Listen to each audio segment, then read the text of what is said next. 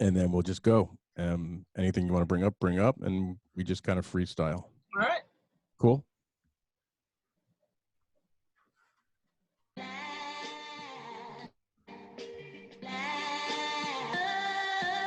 Uneducated, unfiltered, unhinged. This is the Mangina Dialogues. We at it again with your host Nick Scopes and the Gregalicous. You know how we do, cause you know we keeping it gangster and silly.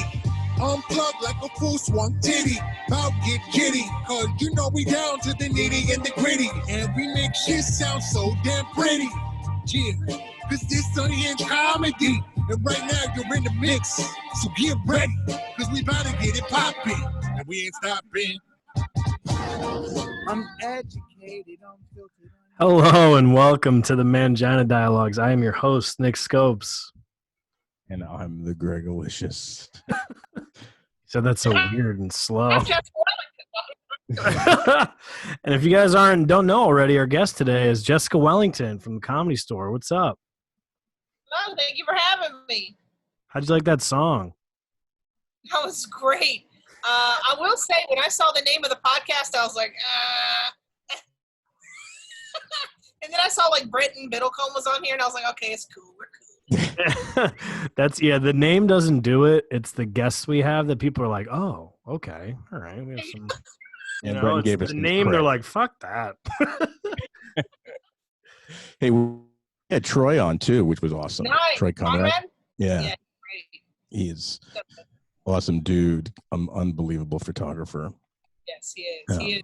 And it looks like, Nick, that you are talking into your fan. No, just a little stupid mic. Matches his head shape. Yeah, exactly. Same color. So I first came to know who you are from all my visits to the Comedy Store. I'm sure you recognize me and my blue hair from the many times I've been there. And, you know, what I didn't know is, through looking through some of your stuff, is that you were in the Air Force. Oh, yeah. 6 years. So what brought you to LA from, were you based in California? No, not at all, actually. I was, my main duty stations were in England for my first 2 years. Wow. And I was in Las Vegas for the last 4 years. And I deployed to Iraq and Qatar. Holy moly. Yeah. But after I got out, I moved back to North Carolina, and that was like too slow for me going from Vegas to North Carolina. So I tried Florida for a year, and then that was even worse. With all the retirees and everything. And I was like, I want to go back out west. And I had a friend that was in Sacramento, and she needed some help. So I went out there to help her. And I didn't even think comedy was an option for me at that point. And I ended up starting comedy up there, though. In Sacramento? Mm-hmm. So what gave you the comedy itch? Well, we had gotten free tickets and stuff in the Air Force to see shows. Like, I remember my first comedy show was seeing Dennis Miller at the Caesar's Palace back, I don't know, 05 maybe, right. 04 or something like that. And I hate to say, but I heckled. Luckily, I was way up in the balcony, so it didn't matter. So when I moved to California, I just looked up something to do, and I thought, well, a comedy club, I'm sure they have them, and that'd be fun to do. And that's what I did. And when I went, I realized they had open mic, and they had improv classes, and I was like, you mean anybody can do this? And that's so you mean, but in Sacramento, that you did that. Right. Yeah. So, and how long were you in Sacramento before you came down to Los Angeles? 4 years. Oh, that's a pretty good amount of time. Mm-hmm. You like Sacramento? So. I do. I like the people in Sacramento. Midtown area is super fun. Midtown and downtown. My brother lived in Sacramento for a long time. He actually just moved back east a couple years ago. I've never been to Sacramento, but he liked it a lot. So when you came to LA, is comedy what brought you to Los Angeles? It is. I was still super naive, but yes, I remember saying, I was like, I'm going to move to LA because I want to be on TV. And maybe I'll get like a part-time job at the Comedy Store, like just nonchalant, like, yeah, that's what I'll do. Doors wide open.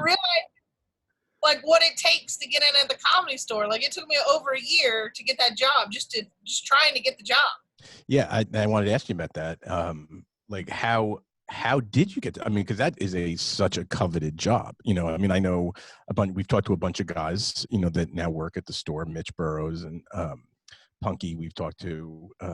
Love them both. And yeah, they're awesome. I mean, Punky is so freaking funny. So is Mitch, but and you know, all their stories are like it took them forever to get the job, and you know, had to wait, that got picked out of 500 people. And is that the same story that happened to you? And how did you get lucky to get the door job and then in the development program? Well, for me, I was just doing anything I could to be at the Comedy Store. So I was there as much as I could be, and then I started helping out on a belly room show upstairs, and I was there every week on Saturday nights helping out. So they just got to see my face more and more. Plus, I was doing a set every Saturday night, so that definitely helped. They got to see that. And I think word got back that, you know, I was doing pretty well. And then I made it very clear that I wanted a job there every time I talked to somebody. I was like, as a door guy. And at the time, no women were door guys. So everybody just kept telling me, sorry, they don't hire women. And I'm like, well, we'll see. Right. You know? So I remember the lady running the show upstairs had me go down, and she wanted us to make sure everybody was going in the right direction. Because she was like, it's really confusing at the Comedy Store. There's 3 different rooms. Yeah. You know? So she just wanted me to make sure point everybody in the right direction. So since I was out front on the patio, I was like, you know what? I might as well go ahead and start checking IDs, show them I can do this shit, right? So I just started taking over and checking IDs, and I think that helped too, because they saw me doing that. And then I got asked to audition in front of Adam, and then I got the job. Yeah, that's awesome. So in order to be like a door person there or work there, you need to also be doing comedy, or they just have regular employees as well? No, you have to be a comic to work the door at the Comedy Store. Okay. All right.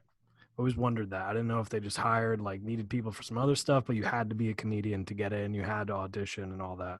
Just wondering what the process was. I mean, unless you're doing like security or waitress or something, but all the door guys are comics. Gotcha. Okay. And it's always been that way, right? Like throughout history. Yeah, since Mitzi started that. Yeah. Jim Carrey was a door guy, wasn't he? Yeah. Jim Carrey, Mark Maron, Richard Pryor's son. I know that because he was on our podcast. Richard Pryor Jr. was a door guy for a short time. That's wild. Yeah. Do you like doing the door? I really miss it now. Yeah, for sure. We all miss it all now. Miss everything. Like the one we all hate the most is working the back door, and I think any of us would take a back door shift right now. Right. Love the back door. And I do like working the door for the most part. It keeps you in the know, and it keeps you there. Of course, like with any job, you get, it starts to become an everyday thing, and it just day to day, and there's, you're dealing with a lot of people in the public, and that's always sucks. That just sucks. People suck. Yeah. In generally speaking, they all suck. Yeah, generally. You get assholes like me that come and bust your chops about, I don't want to sit in that seat. I need to sit in that seat. And yeah, right. Let's talk about that. Greg was a big you push your patience to the limit until you get 3 guys to escort me out before the show even starts. But that's all fine. It's water under the bridge. No, I'm just kidding. It really amazes me because, you're working such a tight room, depending on which room you're in, but any of the rooms, they're so tight, and half the people that are there are, I think, just from, my visual looking at all of it, is tourists from a lot of times out of the country. Right. And I don't think that they know how the whole thing works. And, you see people heckle and they just don't get it. And I can't imagine how much it just tests your patience on a nightly basis. That's it. Exactly. It's just because especially you give everybody the spiel before they come in. Yeah. You give them all this information. You're like, please listen, no photography, no recording. The bathrooms are right there. Soon as you let them go, they're like, where's the bathroom? You're like, oh, did you listen to anything that I said? Why am I talking? Yeah, right. I know the one night it wasn't the night that I was a pain in the ass to you. It was another night I was there and you were doing the announcements, right? And you come up and it was this is the deal. You're going to do it this way or you're going to get the fuck out. And I'm like, no one is fucking with her. You know, and I don't even think you did any jokes. I'm like, she was just all business. She's like, you got up, you said the rules of the night, and then you left. And I think that's the good scare tactic. It's like, leave them, you know, where you never know what you're going to get. You have to, you know, and don't be afraid. That's how I got kissed by, oh my God, why am I forgetting his name right now? Joey Diaz. No, I love Joey, but no, Busta Rhymes kissed me at the Comedy Store. Hell yeah, that's awesome. Can you tell him? But it was, we were in the room. I was working the belly room that night, and Chappelle was on stage, and he was running his hour that he was doing, the one he did just in the belly room. Yep. And he lit up a cigarette. Well, we let that go because he's on stage. It's a performer thing, whatever. And it's also Dave Chappelle. Right. But then Busta Rhymes is standing right in front of me, and we're in the very back of the room, and he lights up a cigarette. So, and I don't know if you guys know how big he is now. Like, he's huge. He's huge, yeah. Like, I've lost a lot of weight since being in quarantine, but I was about 77 pounds heavier then, and I was like, man, we have the same neck, me and Busta, you know? Wait, you lost 77 pounds in the last 2 months? Well, I started at like Christmas. Wow. December. Congratulations. That's awesome. Thank you. Yeah. So, but he's right in front of me. He lights up a cigarette, and then I tap him on the shoulder, and I'm like, I'm sorry, you can't smoke in here. And he turns around and he grabs me. He grabs my shoulders and he looks at me so intensely, and I'm like, he's about to fucking kill me, right? Instead, he looks at me, he stares for a while, and then he just plants one on me and leaves. And I was like, oh my God. That's a good story. That's awesome. I want to work at the Comedy Store. I just want to get kissed by rappers. That'd be cool. That is Nick's dream. My whole life goal. It's all I'm working towards. That's it. That's all I have right now. So, are you right now, Nick? Connecticut. Oh. Right outside of New York. Yeah, it's awesome. Good times. Yeah. It's great times. So besides the Busta Rhymes makeout session, like, what other highlights have there been for you working at the Comedy Store? I mean, it's crazy. I can imagine there's a bazillion, but like, is there anything that comes to mind that's like, holy shit, that just happened?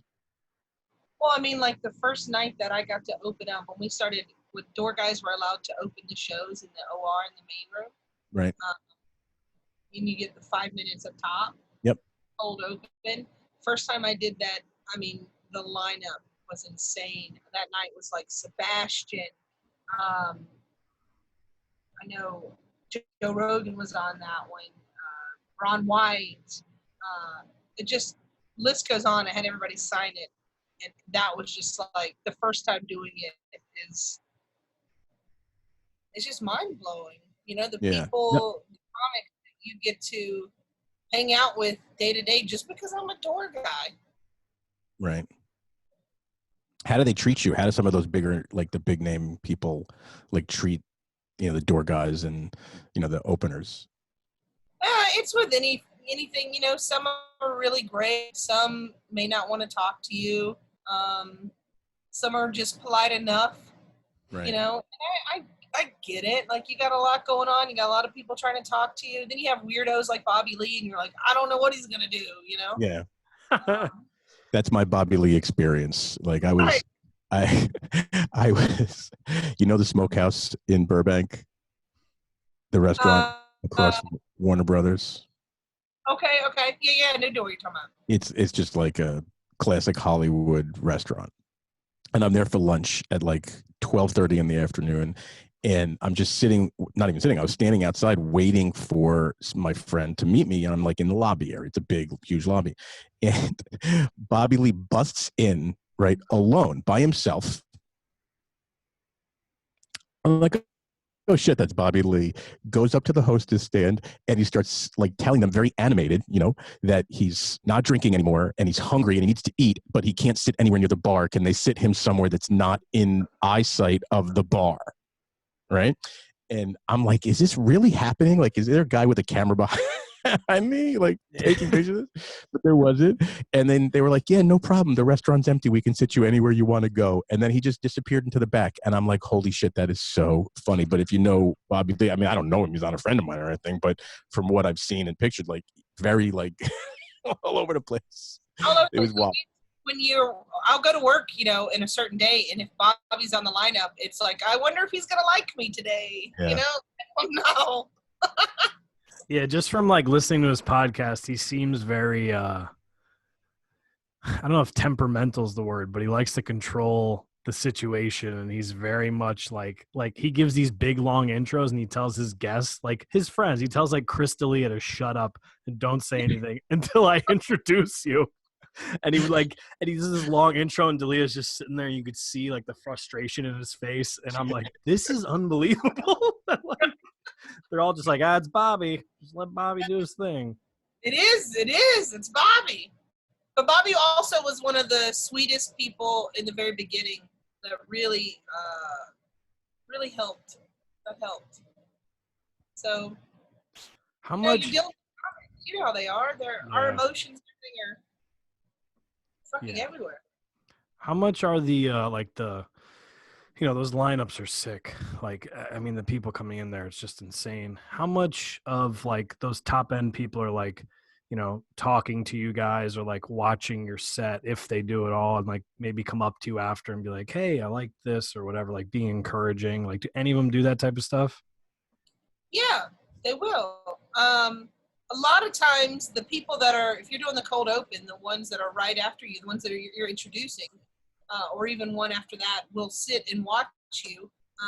Because for one, you're only doing 5 minutes, and even if they don't really like watching stand-up, a lot of times they're curious, like, okay, what are our door guys like, Yeah. And they'll be super, I know like Kevin Christie is a big one for that. I often bring him up, and he will give me tags or say, oh, I like that, and he's super sweet about it. Yeah. I mean, that's my favorite part really about coming to the Comedy Store, that I think is different from a lot of the other clubs in town, at least from my perspective, is that it, no matter who's on the lineup, for the most part, it just seems like everybody hangs out, right? Like, I have this world's smallest bladder. So I'm back and forth to the bathroom more times than an average person. Yeah, I've heard this before. Go ahead. Okay, fine. Whatever. Secret's out. So, but in all my trips back and forth to the bathroom, there's always guys just hanging out, talking to each other, to fans that walk through, people coming in and out, the lobby, not the lobby, but the back area, and it just seems so incredibly communal that there's no real attitudes, in almost everyone I've seen back there. Then I always hang out at the bar in the front, after the show or between show or whatever. And it's just very cool to just chill and hang and talk to people. I mean, that's where I've met most of the people that, I've communicated with, is just at the bar or by the I mean, it sounds weird, but by the bathroom. So, in the bathroom. Make of it what you will. Yeah. In the bathroom. That glory hole in stall 3 that Greg sawed a hole in there. You go back in there. Be careful. Me thinking we have multiple stalls. There's one stall and one urinal, buddy. So get it straight. Yeah, I know. You meet so many people like that. I do remember, and I've even picked on Chris D'Elia about this, because we used to talk a lot more before he kind of had his real pop. He used to stand and sit and talk to us at the back door. And I was like, we don't have our moments anymore. You're too big. Like, you don't talk. What did he say? He just stopped and talked for a second. So he's super sweet guy. Super sweet. He's don't listen to everybody, because Donnell Rawlings tried to get me to say the N-word. So don't listen to everyone. Trying to end your fucking career. And then he'll like poke fun at you after, like it's yours, you just did it, and he goes up, he's like, ha, I got her screwed. Yeah. She's a sucker. Or he would jump on. Like I could see him being like, "Did you hear that white girl say the N-word? What a piece of shit, huh?" And then just go into his set and you're like, "What?" That's totally. He would do that too. That just totally was. All right, let's talk about your podcast for a minute. Please. So, Liars Club. And so, how long have you been doing that? And how did you come up with the idea for what the premise is? Or why don't you just tell us what the premise is, so our people who don't know, you can hear. It's called the Liars Club, like you said, and we have 2 comics come on. They each tell 2 stories, and one of those stories is true, and one is a lie.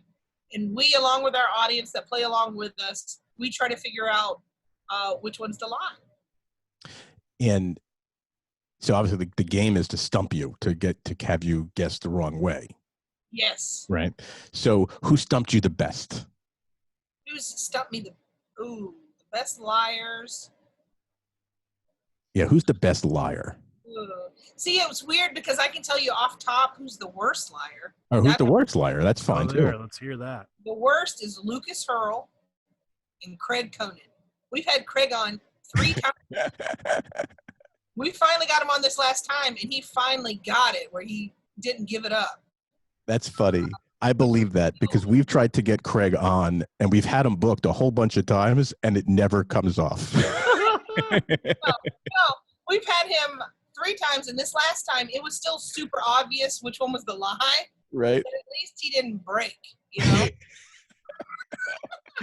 That's fucking hysterical. And Lucas Hurl, I remember it was the first question about his story, and he talked about a goat, and he said this goat didn't climb. So I was like, oh, Lucas, goat that doesn't climb, he's broke. And then what do you do when they break so early? Like, then what? Then you just bust on them for... Then you just go on. Either they tell their next story, or hopefully maybe they've already told one. And then there's just no vote. But it's still a lot of times funny when that happens. We don't suggest you do that on purpose. But, yeah, of course. Right. Yeah, no, I think it's an awesome premise. I mean, to me, really super funny to try to throw someone off and make them think that you're not lying. I mean, like, that's the best game for kids. They pull like that shit from the time they're born. It's like practice for your entire life. So you're not going to name names on who stumped you the best, because I can't honestly think at the moment who. There's been Eleanor Kerrigan. Eleanor told me, and she had me. This is one of our first, if not the first episode. And she got me wrapped in emotionally. Like, I was like, oh my God, Eleanor's opening up to us, right? She talked about having this abortion, and I was like, oh my God. Of course she wouldn't lie about this. But then at the same time, my co-host Felicia Michaels is like, this is bullshit. She got you. I mean, come on. Like, all that hanging around with Dice. I mean, she's going to pull that shit for sure. Her fun fact, where I work here in Connecticut, I work at Equinox, and when Dice was doing the Stress Factory in Bridgeport, her and Dice came to the gym. So they came to my job. I got to see them. It was very cool. I know you see them all the time, so you're like, who cares? But for me, it was cool. It was in Connecticut. You know what I mean? We don't have that shit here. So, I mean, Eleanor is one of the absolute funniest comedians working. I mean, so incredibly funny. And you know, the Liars Club, because we had her on for a second time, and we had her with Josh Wolf. Right. We've done some animations. So, like, we've animated stories from, like, Bobby Lee, Bert Kreischer, Tamara Katan, and then next we're doing Eleanor and Josh. We're going to animate their stories. So that should be really, really cool. Oh, that's cool. Josh is friggin' so funny, too. Jeez. Especially, I love when, I mean, so much of his actor, a good portion of it is about his son and his home. I mean, it's so funny listening to talk about his, like, teenage son. And and I have a teenage son, too. So I'm like, that's my kid. He's talking about my kids. Right. But you're also looking at Josh, like, you don't have children that old. I thought that. I'm like, with this trucker hat guy, he's got a 17-year-old child? Like, yeah, what? How old is he? Because I just found out about him when he was on Fighter and the Kid a few weeks ago, and I was like, who is this guy? And he was talking about his son, who's a teenager. And I was like, no, what the fuck is he talking about? I know that he's good friends with Joey Diaz. I mean, Joey has younger friends too, but they've been friends for quite a long time. So, but Joey's got young kids though. Right. He's got like a 6-year-old daughter, or something like that. Yeah, that's so funny. It's interesting because we've just coincidentally have talked to a lot of female comedians the last couple months, and I can't. And they, a lot of them all talk about. They feel safe talking to you online. We rope you in, lady. That's exactly how it is. You can ask Annie Letterman, and she called me a cunt outside at the Comedy Store. But that's just her being her. But here, Greg, why? Let's discuss first. I complimented her pants. No. But why do you have problems with so many people at the Comedy Store? What's happening? You're making all these people mad. Don't listen. You don't know Annie Letterman. What is your problem? That wasn't mad. That was just Annie Letterman. But what I think is really incredibly interesting is that when we talk to like the girls, they keep saying, and it keeps coming up that they're still looked upon as like inferior in comedy, right? When I look at it and I'm like, these girls are fucking kicking ass. Like, how could someone look at that and not, and think that it's not an accelerated playing field? I mean, yes, I agree. There's a lot more opportunity for us these days than there ever was. Absolutely. But if you ask anyone, and I mean even comics, you ask them who their favorite comedian is, 9 times out of 10, it's always going to be a man. Even like the women too. Like if you think that if you women have to, most of the time will have their favorite comic is a man. Huh. I mean, I guess I could kind of see that because women, no offense to you guys, but like you guys have trouble getting along a lot of times, right? Like there's women butt heads a lot.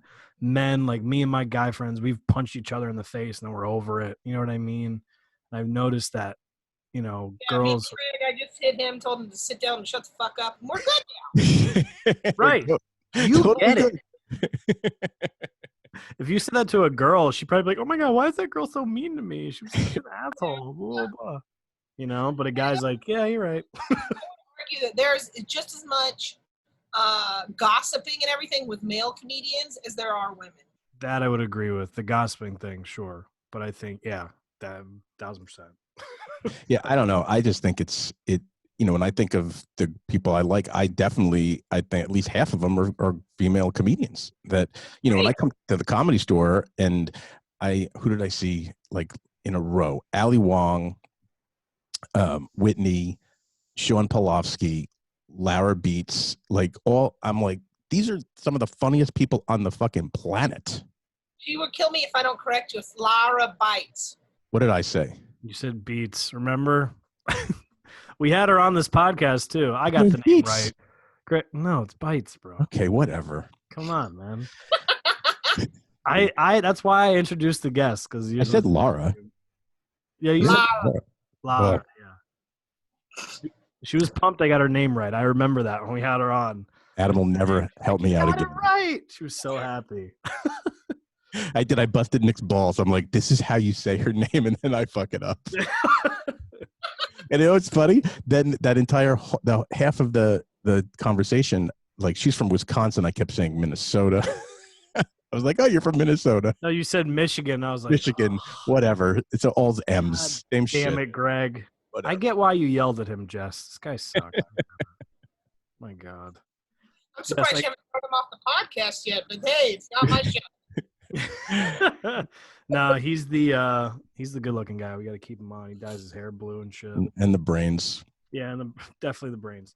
So the question I have for you, I've been asking almost everybody this, but you work at, I mean, let's face it, it's the most popular place on planet Earth currently, or was for comedy. What do you think the aftermath of all this Corona stuff is going to be? Do you think it's going to go right back to normal, or do you think it's going to be a little bit? I think there might be a small waiting period where people are a little hesitant, but I think people are going to be itching so badly to get out of the house and do something and be social that I think it'll come back to normal fairly quickly, as long as there's not like another outbreak or like a confirmed case through a club or something like that. I think people will come.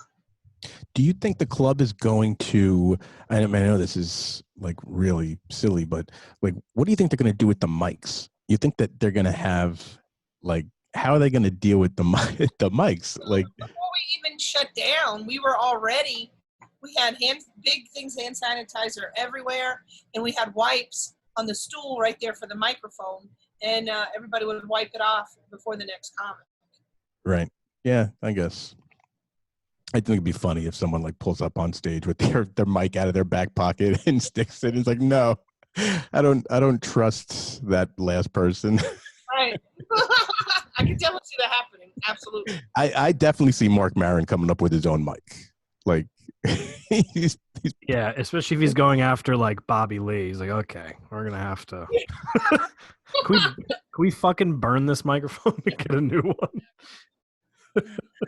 Oh my God, that's so funny. I heard a story. Whitney Cummings on her podcast was saying that she, to a lot of her gigs, she was bringing her own mic because she kept getting sick. Not corona or anything, but just in general. Like last year, she was bringing her own mic to gigs, and she's like, I was so embarrassed, but I kept getting sick, and I had to do something. So I'm trying to remember. I feel like because I opened for her quite a few times last year, but I think she did bring her own mic. Yeah, but I don't blame her. I don't blame her either. Oh, so that's cool. So you went on the road with Whitney? Yeah, she's great. Yeah, so funny. That's a nice gig. I imagine those people must be so fired up for her. Her fans are ridiculous and so nice and just amazing. Her and Nikki Glazer, I have so much fun with Nikki. Nikki is a blast. And the people that come out and watch her are super fun. Yeah. Now, I opened it up for Bert Kreischer, and I accidentally took a picture with some white supremacists. But oh shit! You live, you learn. You know what I mean? Wait, how do you by accident? I didn't know. Well, then how did you find out afterwards? Didn't have those white pointy hoods. They were doing that new thing. Oh yeah. Yeah, I don't want to be doing it. God, we'll block that out. That's so that's so funny because you always hear Tom Segura always say about how Bert's racist and all this stuff. That just adds to it. What town did that happen in? Sacramento. Oh boy, really? Hometown. I thought for sure it was going to be the South. I thought for sure. No, I actually did do a set with him in at the Stardome in Birmingham, Alabama, and all those people were amazing. No racists that I know of. Interesting. At least not flipping the signs. Yeah, at least not super obvious. After right. I didn't, you know what I mean? Bert knew, but you didn't know. You heard it here first. Bert Kreischer. You heard it first. Loves white supremacists. Okay. We're not going to have him on ever. So you mentioned before that you're doing some TV. You got some TV stuff coming up. Yeah. Right. Like right now you can stream it on Hulu. I'm on the new season of Good Girls. I play a tattoo artist and a sister of the supermarket guy, security guard. So watch that. I got to be in the opening scene of the episode, and I didn't even expect that. So that was cool. Oh, that's dope. And then I'm on the new season of Grace and Frankie on Netflix, which you can watch. I think it's like episode 11. And I have a good scene there with Lily and Jane. And that's awesome. Yeah, it was so cool. That's my mother loves that show. Oh, it's so. I was watching it before I got the part, so I was over the moon to get it. And if you still haven't seen it, I'm also in The Mule with Clint Eastwood. I play a lesbian biker, and you'll enjoy it. Beautiful. I have not seen that movie, but I actually want to see it. I've always wanted to be cast as a lesbian biker. That's like... Oh, it's definitely in your future. Yeah, it is. That's it. As far as comedy, I just want to make out Busta Rhymes and be cast as a lesbian biker. Those are the two things. Well, I've made it Oh, you've more than made it. You've more than made it. Doing all right, girl. So before we wrap, like obviously you're doing the acting and the stand up. Like, is there one that weighs more than the other? Like your personal, like, do you like acting more? Is stand up really where you're at, and the acting is just because you're in town and you're getting some roles? That's hard because I honestly love, comics, we're conceited, right? So No.